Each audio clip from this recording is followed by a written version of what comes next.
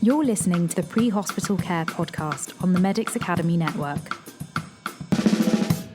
Welcome back to the podcast. In this episode, we're going to delve into Professor Will Broughton's thought-provoking inaugural lecture recently called Beyond the Sirens, a Unique and Evolving Nature of Paramedicine. So Professor Will Broughton really brought the challenge to the audience a couple of weeks ago around the traditional image of paramedics and moving beyond the notion of ambulance drivers to what we know today as professional registered clinicians. So in the lecture and in this podcast, what we're going to do is really explore how paramedics today deliver highly sophisticated clinical care, encompassing far more of that of just an emergency response. So from managing complex medical interventions to playing key roles in community health, the insights that Will shares highlight the growth and indeed future potential of paramedicine in the healthcare landscape. So what we're going to do is really tease out some of the seminal points from Will's lecture and just really revisit his anecdotal story through paramedicine as well. Will, welcome to the podcast. Thanks, Owen. Thanks for having me again. I just wondered if we could maybe just start, Will, by just getting you to speak to how the field of paramedicine has evolved since its early days, and indeed from the 1976 reference to urban mobile resuscitation units. Yeah, so I, as you might expect, I did quite a lot of research to try and pull this presentation together, and it I came across and was reminded of this 1976 paper from Peter Baskett and colleagues that looked at the very early days of when an ambulance service and a paramedic service was trying to be established. And this mobile resuscitation unit was based out of a district general hospital, and it had some objectives to think about providing comprehensive and skilled workforce. And in the paper, the second objective was something I made a point on in the lecture about. It said to train ambulance men in both the basic and sophisticated techniques of resuscitation to enhance their diagnostic skills, bring together the ambulance and hospital services with a common objective of patient care. And it's just, back in 1976, it was ambulance men. That was the cohort of people that were training into this role, or that were moving from being an ambulance driver or an ambulance person into this beginnings of what a paramedic has gone on to become. And the paper looked at the sorts of incidents and things that they attended, as you might expect: road accidents, cardiac presentations, collapse, and included some case studies of some of the things that they attended. And it was a great opportunity to kind of pull together what that original concept was and how that aligned to the 3 Ps of ambulance aid, which I'm sure yourself and listeners might remember from the Green Book, that was the Bible of ambulance training, and something I was issued on day one at university. Actually, in 2009, we got this Green Book, and in the cover is that kind of the principles of ambulance aid: preserving life, preventing deterioration, and promoting recovery. And I think we still do all of that, and I think those 3 Ps are still kind of central to what paramedics are doing, probably within ambulance services. But we've taken all of that to kind of new heights and new extremes now, with the scope and scale of what paramedics are doing in the UK and worldwide. Well, could you speak to the changes we've seen and you've seen really within the gender dynamics of paramedicine world, and just how that's impacted the profession today? Yeah, so even in the time that I've been a student in higher education and then moved into working in that space, we've seen that the applicant profile to paramedic courses change significantly to what used to be a predominantly male workforce and male applicant pool, to now, just based on the data from my own institution, is now predominantly female applicant pool. We had a cohort graduate, our first cohort graduated in July this year, and it was a small cohort anyway, but the cohort that ended and that graduated together was majority female and just had one male student that graduated in that group, which as a picture shows a very significant change from Baskett's 1976 paper, where it was ambulance men that were coming in to the profession, and probably what most people have associated with paramedics, paramedicine, the ambulance service, and it has significantly changed in the other direction. The impact, I think it can only be a good thing, having a greater diversity of people, and it's great that we seem to have very very nicely addressed the kind of gender imbalance that would have been and did exist in the profession, and probably was there even when I joined the profession in the early mid 2000s. But there's still a lot of work to do to think about how the profession can be more diverse and how it does represent all of those different communities that it's serving, not just in the UK but worldwide. And I think there's probably some countries and I get just anecdotal experience of some of the systems I've seen where it is still predominantly a male workforce in certain settings, and it would never be good for any workforce, particularly a healthcare workforce, to be dominated by one characteristic. So it's great to see it changing, and I think it's had a really positive impact on the profession and certainly helped us on our journey to where we are in 2024. Yeah, listen, I'd completely agree with that wholeheartedly, actually, Will. But could you maybe bring us back to some of your earlier experiences and earlier days with the Red Cross, and sort of how that shaped, if you could bring us back to that time and how it really shaped your journey into paramedicine? Yeah, sure. So I knew that healthcare was a job that I wanted to do, and as I'm sure lots of people have done, set my sights very high and thought medicine, that's where I want to go, that's what I want to do, and didn't quite get the grades for medicine, and knew I wasn't going to get the grades quite early on, so it wasn't a surprise at the end of A levels and suddenly changing all of my applications. I realized early on that probably wasn't going to be the journey for me, and I'd already started volunteering with the Red Cross and doing first aid at events, local fetes and small stuff, and what developed into some pretty significant events over the time, things like the Great North Run, other big sporting events, and a reasonably big music festival up in Leicestershire called Glaston Budget, which through my time I started as a first aider that was just providing the bare essentials, and by the time I'd done my paramedic training, I was sort of in a silver command role at this same music festival and supporting teams of first aiders and other volunteers to deliver care in that environment. And I think it absolutely gave me the grounding that I needed, not just in the kind of vocational and technical skills of providing first aid, which is a key element of the paramedic role. We provide first aid all the time, and it taught me communication skills with a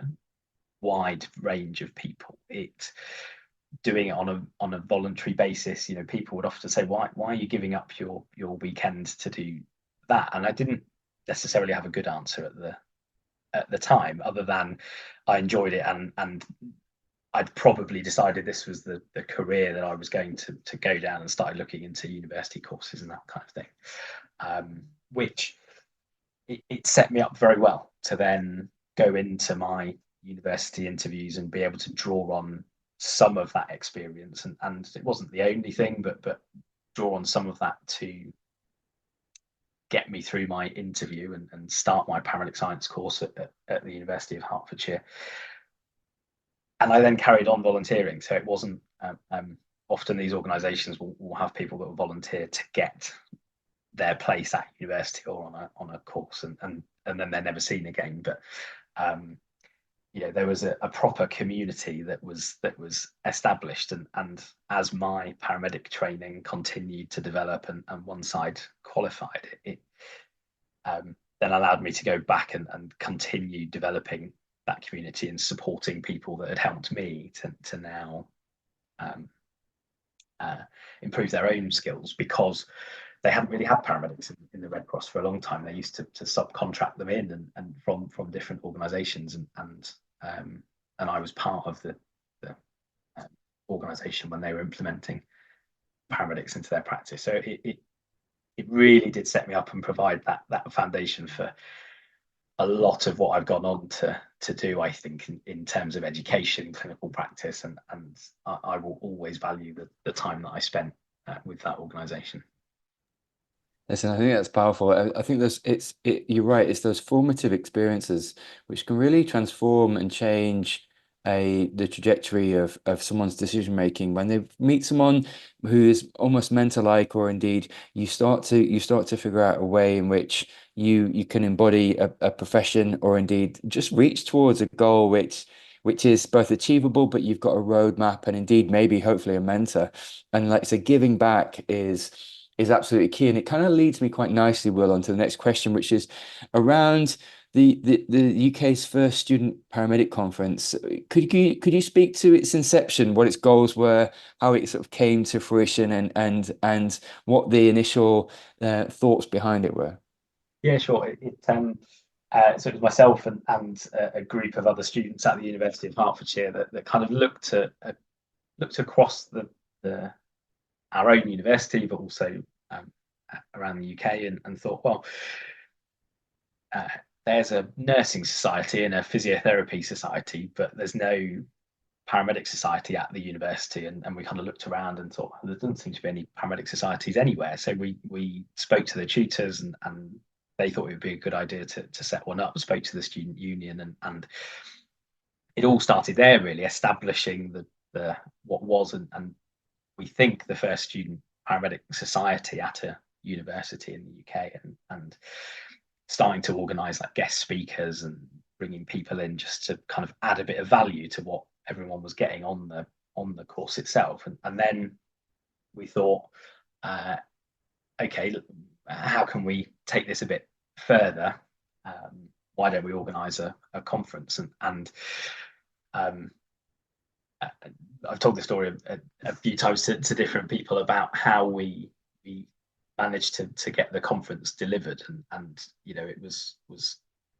essentially done on credit cards of students who we were relying on people being interested enough in the event to then buy a ticket to be able to pay our credit card bills, and because we had to order all the merchandise for the conference, like notepads and pens and stuff like that we couldn't wait for the income to come in. So it started as just this small idea of let's do a society, and worked with staff at the University of Hertfordshire and their conference centre to kind of put on this event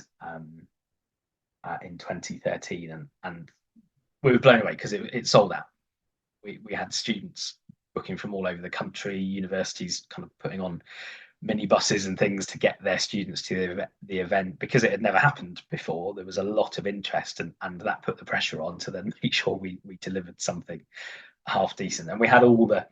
things that new conference organisers might expect, with kind of speaker challenges and getting the room right, and how we're going to afford lunch, now that it's sold out and we've got 150 odd people coming, and all of this stuff that once it got to the day, we just had to run with it, and it went phenomenally well. We did some write-ups of the event, and the same people went on to deliver a couple more events after that, and the credit card bill got a bit bigger when we reserved a venue at the NEC in Birmingham. and again, we just took the risk that there was enough interest, people seemed to like it, so let's keep going and get bigger. Culminating in handing it over to the College of Paramedics, so that there was an organisation that kind of had the ownership and could continue it. And for me and others I know that were involved in setting it up, it's just fantastic to see that it's still going. It's still had a bit of a break during COVID, like lots of things, but it's just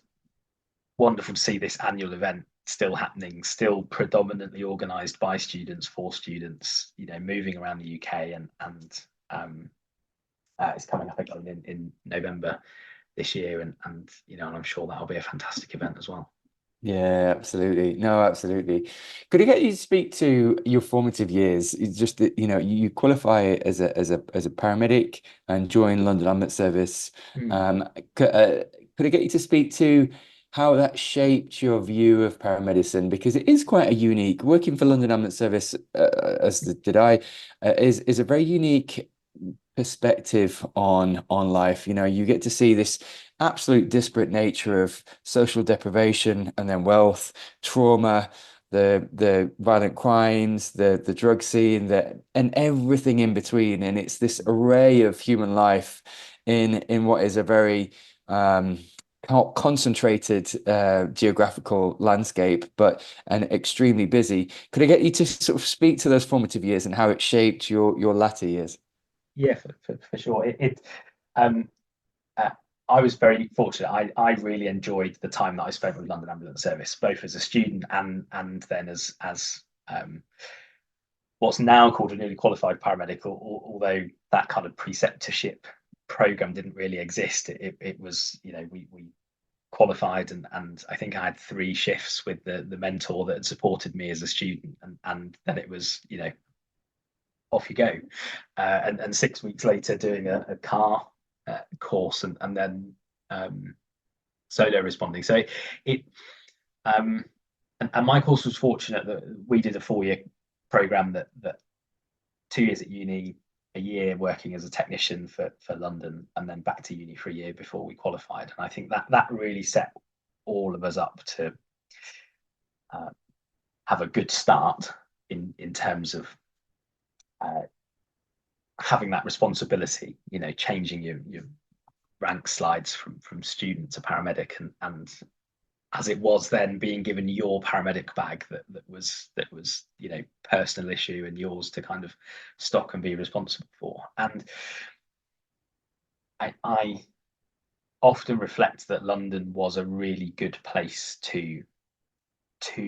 train and develop and become a paramedic, because of the diversity of calls that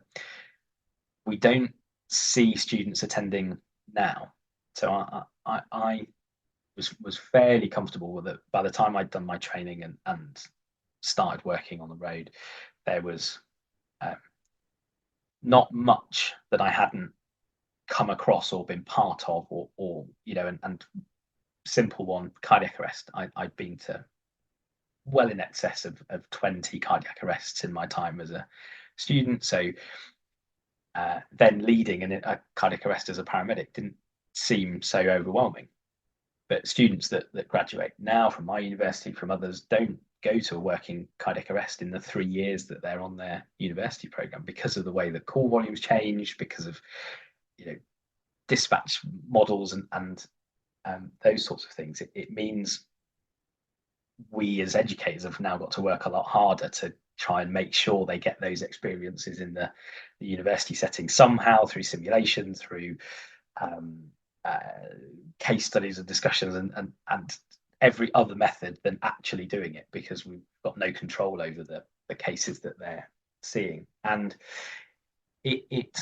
London was, for me at least, just a very good place to establish myself as a paramedic, to then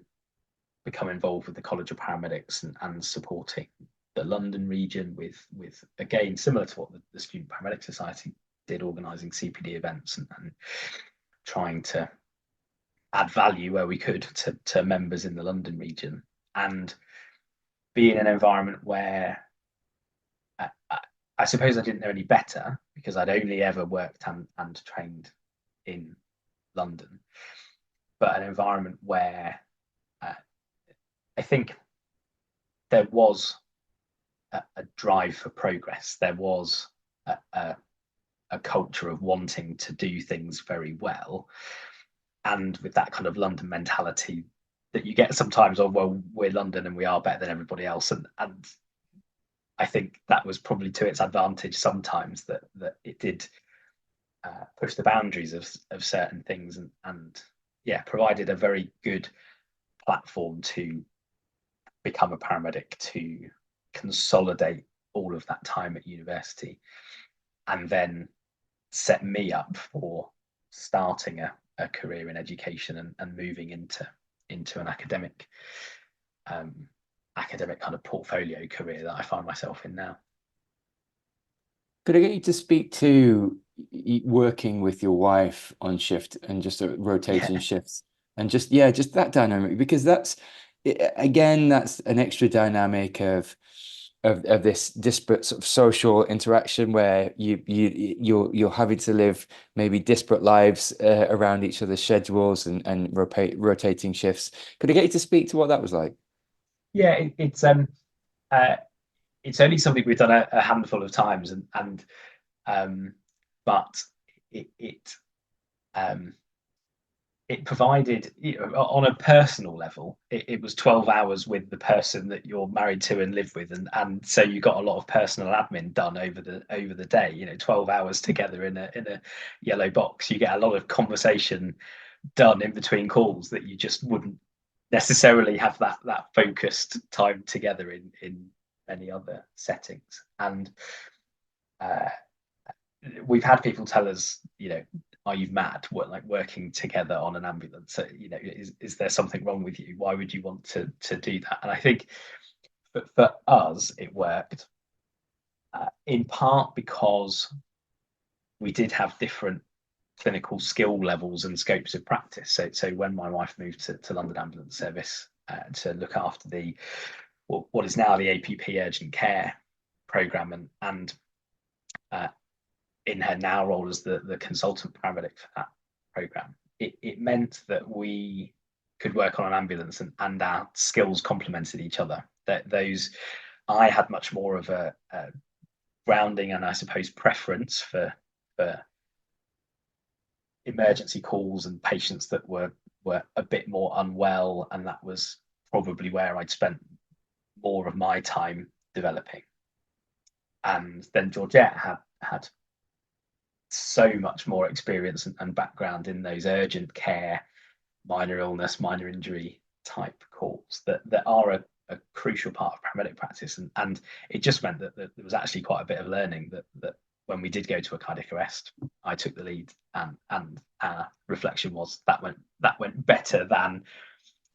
if the urgent care paramedic had have led that cardiac arrest that day. But then going to patients with complex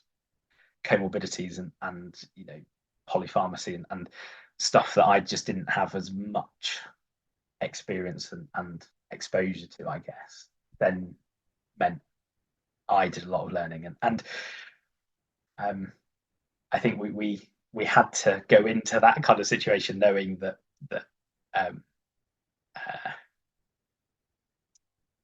if it didn't work, we wouldn't do it again. So there was that kind of pilot shift where we gave it a go to see if it worked, and for us it did, and we know others that have done it and where it has worked, and others that have done it and said no, never again. But for us it worked, and yeah, we've enjoyed the shifts that we've done, and it's just convenient.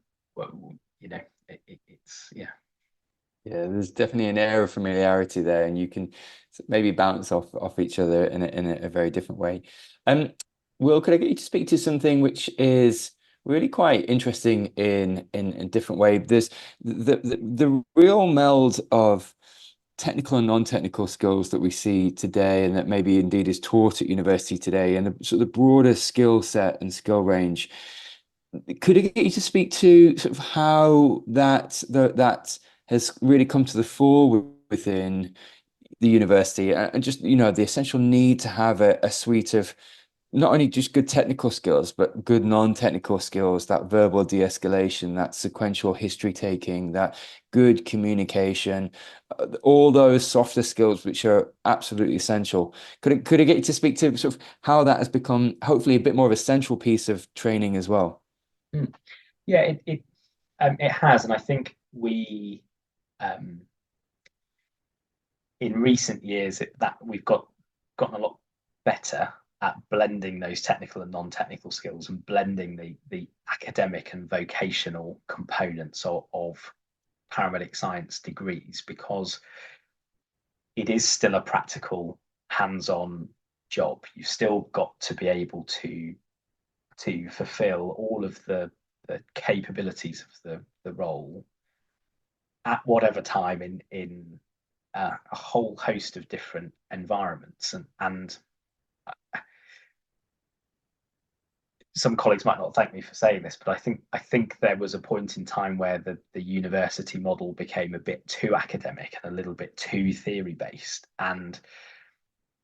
lost its foundation and grounding in yes, we want to add knowledge, of course we do, and yes, the research base and the evidence base is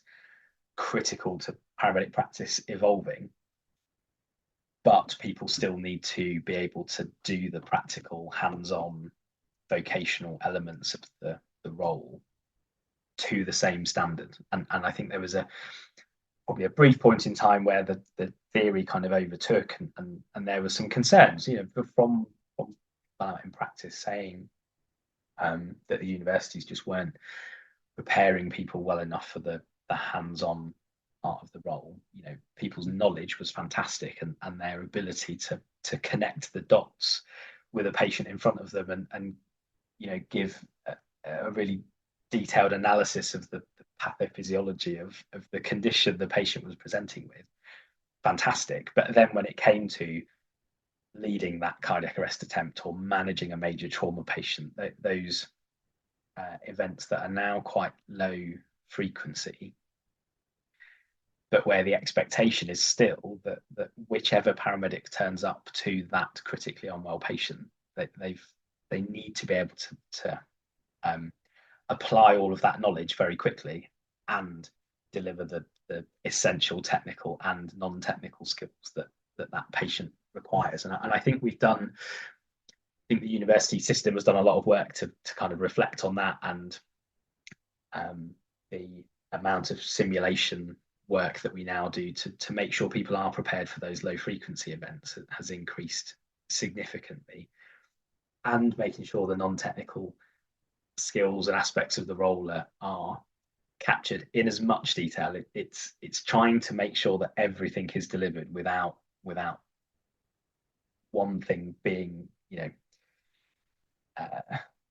detrimental to the other, or not getting enough airtime, so that when a graduate paramedic lands in a role and starts their preceptorship or their newly qualified paramedic period, that they've got as much of the knowledge and skill and behaviors and capabilities that we think that role needs, because there's still an awful lot to learn, an awful lot of development to do, a lot of experience to gain once you transition from student to registrant. And I'm sure that there's colleagues out there that would say it's still not quite right in terms of that theory practice balance within the education system, but I'd say we are working pretty hard to try and make sure that gap is as small as we can make it. I think it's a really interesting point you make, and I think that there is a lot of personal growth both through being a student, but then coming out as a paramedic, and then indeed evolving in the role. And one of my personal revelations really was around just evolving as a person and as a human being, and being able to relate to the team, and indeed maybe the application of experience and time and maturity myself to know where to come in with patients, and to when and when not to devolve maybe a bit more transparency, and just be human and just give those human traits. Because and I've heard this said before, and I'm sure you have, it's you're not just a an EMS staff or paramedic, you're a counselor, you're a psychologist, you're a social care worker, you're a friend, you're a colleague, and you're everything in between. And so there's a disparate amount of roles you can take on just within one 12-hour shift, let alone through the span of a career. But could I get you to speak to that flexibility? Because I think you've got an anecdotal story about one New Year's Eve and being almost an emergency plumber rather than an emergency responder. But could I get you Yes. to speak to sort of that disparate nature of what the role commands? Yeah, it's and I drew on in the lecture. I drew on a book that I've read 2 or 3 times now called Range by an author called David Epstein that talks about why generalists triumph in a specialized world. And I think paramedics really are. Paramedics in ambulance services particularly are true generalists because they've got to have that flexibility of working across every possible age in almost every possible environment that you can think of. In often complex or challenging circumstances, and usually that is the social or the economic challenges that individuals face in the communities that we look after. And the New Year's Eve story, it was I was working alone on a car. It was I think a patient in their 80s who had called for chest pain and difficulty in breathing. A fairly standard call. Nothing much to think of it until I arrived and started asking the patient, what was wrong, and going through all of those things, your history taking some observations, and getting to the crux of the matter, which was that the sink in the kitchen was blocked. And it had been blocked for some time, and the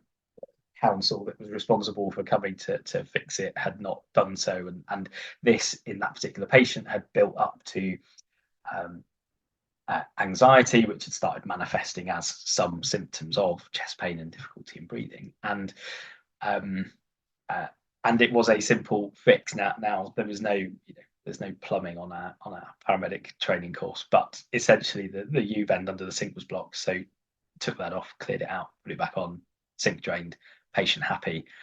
anxiety gone. And then I sat with her for another half an hour or so, and had a cup of tea and a biscuit, and just listened to her and about her life, and then cleared from that call and went to the next one. And all paramedics will have those types of stories of patients that weren't really patients in the clinical sense, but were very much patients in the psychological, social sense, that still required some care and some attention, and it didn't have anything to do with having a degree in paramedic science or 3 years at university or all of this knowledge. It was just appreciating and accepting that this person needed some help. The help they needed was this, and I could help them.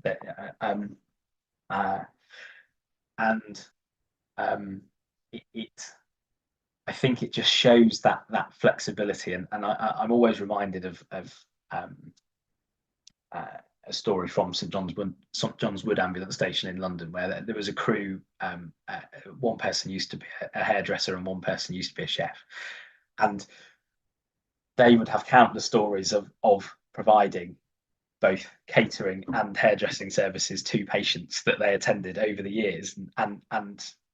because that was the care that the patient needed, and that was it's just that's I think really helps for those people not in the profession and who don't experience that firsthand, and certainly that is never captured, I don't think, on these documentary programs that profile the ambulance service, because that's not why people are tuning in. But it is the role, it is what we do, and we do it very well, and then provide everything else to a whole range of patients. And I think that's why we are very much generalists, that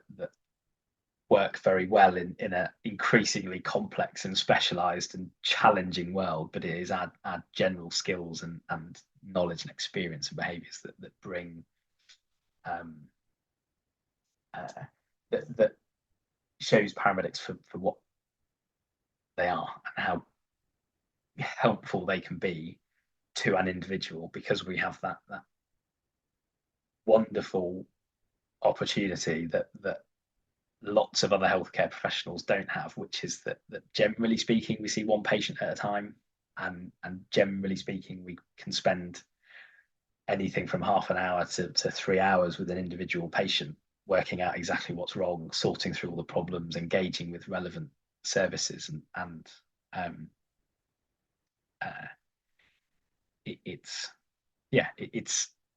it is part of what defines paramedics and paramedicine, but it's probably the bit that's not very often spoken about, and certainly not captured in the evidence base, because it's not as interesting as a big 10,000 patient cardiac arrest trial, but it is still a critical aspect of what we do.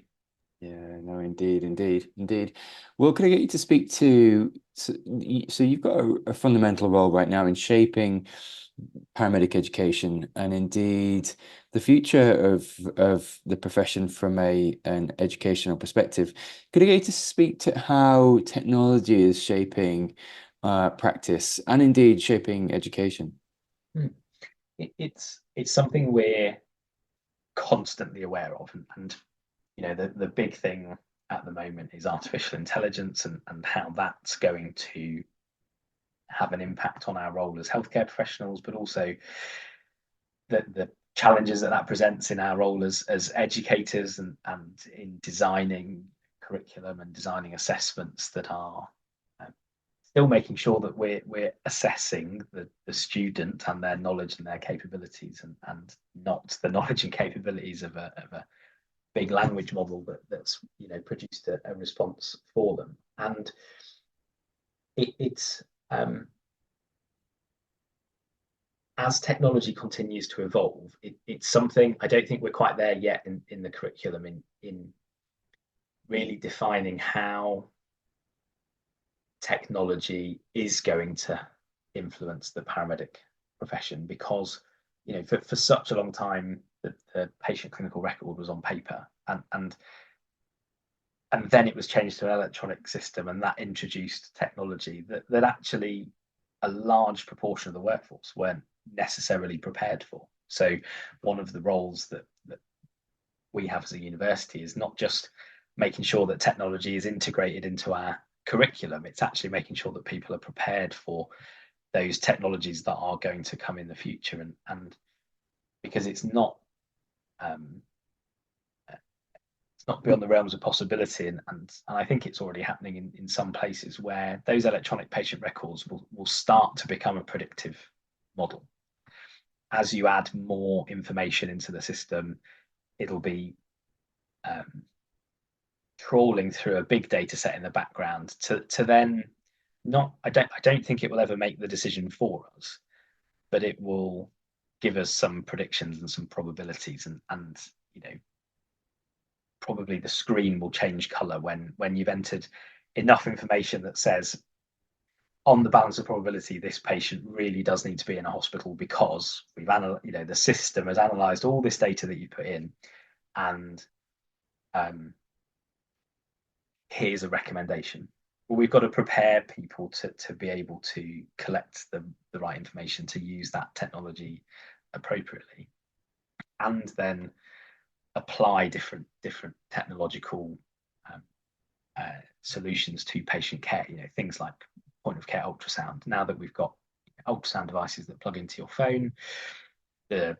fairly reasonably priced, about 1,300 quid compared to the defibrillator that we've got, monitor defibrillators that are about 25,000, and actually thinking about not just confining those advances in technology to a specialist or advanced or critical care workforce, but thinking about how those solutions are deployed across the entire workforce, because that should be for for and to the benefit of patients if those technologies are used more widespread to support decision making, to aid in diagnosis and reduce the risk, improve our improve patient outcomes. It's an exciting time because we're starting to see that technology in use in those specialist and advanced subsets of the workforce, and hopefully they're creating the kind of case for need and the evidence to say, this is working, and it's not unreasonable for some of these things to be applied to the rest of the workforce. And then I think big data models, predictive systems, evolving what is already kind of triage and patient pathway systems in control rooms and 111 to supporting decision making and removing or reducing some of the risk for clinicians is probably what's coming. I think it seems logical that we go in that direction. We're collecting all of this data. We should probably use it to help reduce the risk and help support really effective decision making. As to when, we'll see. Could I get you to speak to, we're starting to come into land, just a couple more questions. One would be quite a big question actually, Will, and it really is around what is our brand in the context of paramedicine? Because as you quite rightly said, there is an evolution of practice, there's an evolution of identity, there's an evolution of versatility. So you're seeing paramedics in lots of different domains, both in and out of hospital in various areas. What is our brand? It's something I tried to define and tried to put on a slide, and I couldn't decide. There's what we've already spoken about in terms of that being a generalist and being highly effective as a generalist, because that's what the role requires. We never achieve the kind of outcomes for patients that we've seen if we committed to having a cohort of pediatric paramedics and a cohort of geriatric paramedics. Now that might be the future in some areas and some settings to maybe support the workforce, but to respond to 6,999 calls a day in London or whatever the figure is now, the workforce needs to be generalist, and paramedics need to have that ability to work across the age range in all of those different environments. And the College of Paramedics did a campaign a couple of times now called "Not All Paramedics Wear Green," and I think that provides some additional insight into what is the brand of a paramedic and what are they doing. Because in 20 years of being a profession, we've become established. We're starting to develop an evidence base. We've got a college that is now incorporated through Royal Charter, and it's the profession's moved very quickly from its origins as a first aid and 3 Ps of ambulance aid and that kind of thing to where we are now. We've moved very quickly, and I think that probably has put some fear into other professions in terms of how quickly we've gone from our origins to what we're now doing, and that's probably a bit of the brand as well, that we are a confident and capable group of people, because that's what the role demands. And so that confidence translates into, well, why can't paramedics work in this setting? Why can't paramedics use that equipment? Which has allowed us to push the boundaries as far as we have done with implementing paramedic independent prescribing and establishing the consultant paramedic workforce, and thinking about how paramedic careers have developed over time to what is now a fairly comprehensive career framework that allows paramedics to go and do all sorts of things and use that generalist training, education background as a really strong platform to go and do all of these other things. And for me, I'd never want paramedics to lose that generalist foundation. It will evolve, of course it will, but for me, there is just something very powerful about having that ability to work across so many different settings and communities and ages and conditions that sets us up very well to do what we've done and continue building on that in terms of what paramedics might do in the future. And I know that there will be smaller or developing groups of very confident paramedics continuing to push the boundaries and say, well, why can't we do that? And whereas other professions might not be as confident or might hold back a little bit, I think we don't lack confidence, and that is to our advantage most of the time. Can be a disadvantage sometimes, but most of the time I think it's a good thing and has allowed us to achieve what we have done in such a short space of time. So just finally, as we're coming to land, Will, I get you to speak to sort of what areas of research you think are necessary or indeed important to focus on within paramedicine to really explore the profession as it continues to grow through, like you said, through just the evolution of time and role and autonomy and decision making. What are some of the key facets, key areas of research you see as necessary? So I think we need to stay true to our origins of providing emergency care within ambulance services and make sure that research and development of the profession kind of allows that to continue to develop, because we will always be needed in that emergency critical care, very unwell patient role, and we'll need to do it well. Where I think the evidence base needs to grow much more, though, is in the 95% of patients that aren't those time critical emergencies, who are year on year getting more complex, more medicines, more conditions, more, much more history to establish. We're not just taking patients to one location anymore. We've got access to, depending on where you work, access to the entire hospital. So how do we make those successful referrals into urology or cardiology or wherever it might be, so that patients aren't just being funneled in through emergency departments when everybody knows they don't need to be there, but maybe the system hasn't changed or the evidence doesn't support paramedics making those sorts of decisions. And I think making sure that we're doing all of that safely, that's really important. You can't just keep adding things into the paramedic scope without having a really good understanding of whether that's the right thing to do, and is it good for patients, and what are the steps we need to take to make sure we do that safely and effectively, rather than just saying, oh well, now paramedics can refer to all of these different specialties, and because